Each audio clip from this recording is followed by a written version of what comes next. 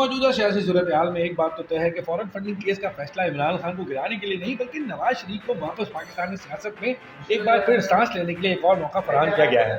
یہ بات تو صبحوں کی روشنی کی طرح صاف ہے کہ عمران خان چپ نہیں بیٹھیں گے۔ وہ کل جیسے کہ اسد عمر کہہ چکے ہیں کہ پی ٹی آئی اسلام آباد ہائی کورٹ میں پٹیشن دائر کرنے جا رہی ہے، اور فاروق حبیب نے کہا الیکشن کمیشن کا فیصلہ ایک مذکر خیز انکشافات کا پلندہ ہے۔ اور جیسے دو بچے پکڑے جاتے ہیں نا، ایک دوسرے پہ الزام لگا دیتے ہیں کہ آپ فلاں کو زیادہ پیار کرتے ہیں اور اس کی غلطی نہیں پکڑتے، ایک لمبی بے وجہ اور فضول لڑائی شروع ہونے کو ہے کہ اب پی ٹی آئی ہی کی طرز پر مسلم لیگ اور پیپلز پارٹی کی فنڈنگ بھی چیک ہونی چاہیے۔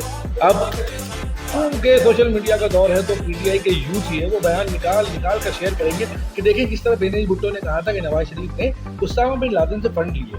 مسلم لیگ کے لیڈروں کے بیان آئیں گے کہ کس طرح بینظیر کو یہودیوں نے فنڈنگ کی۔ مگر میرا اور میرے جیسے کئی چوتیوں کا سوال ہے کہ بھائی کچھ اسکول یہودیوں کے کچھ اسکول کھل گئے ہیں اور کچھ کھلنے باقی ہیں، بچوں کا کورس کہاں سے لیں؟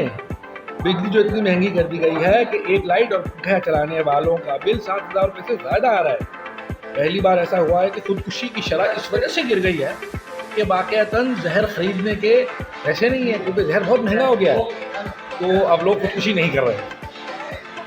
مگر کوئی نہیں آئے گا اس جمہوریت میں جمہور کو جواب دینے کے لیے۔ عمران خان کے خلاف فیصلہ آ گیا نا، کیوں گرفتار نہیں کر رہے؟ کیوں وہ شیطان جو وزیر داخلہ ہے، جس پر ماڈل ٹاؤن میں کئی بے گناہوں کو قتل کرنے کا سہرابی سجا ہے، وہ کس بات کا انتظار کر رہا ہے اور کس کی اجازت کا طلبگار ہے کہ جس کے ملنے کے بعد وہ عمران خان کو گرفتار کرے؟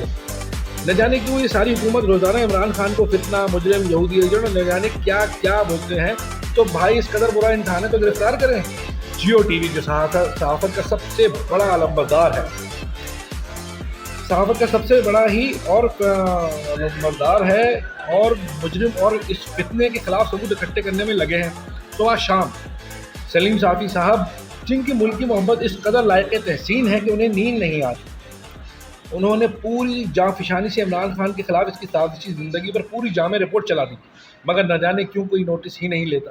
میری اور میرے جیسے کئی بچہ جمہوروں کی پرزور اپیل ہے کہ جس نے بھی ان کو اجازت دینی ہے عمران خان کو عبرت نشان بنانے کی اجازت دے دیں تاکہ قصہ تمام ہو، کیونکہ بظاہر سب سے بڑی رکاوٹ ملک کی ترقی میں عمران خان ہے۔ السلام علیکم۔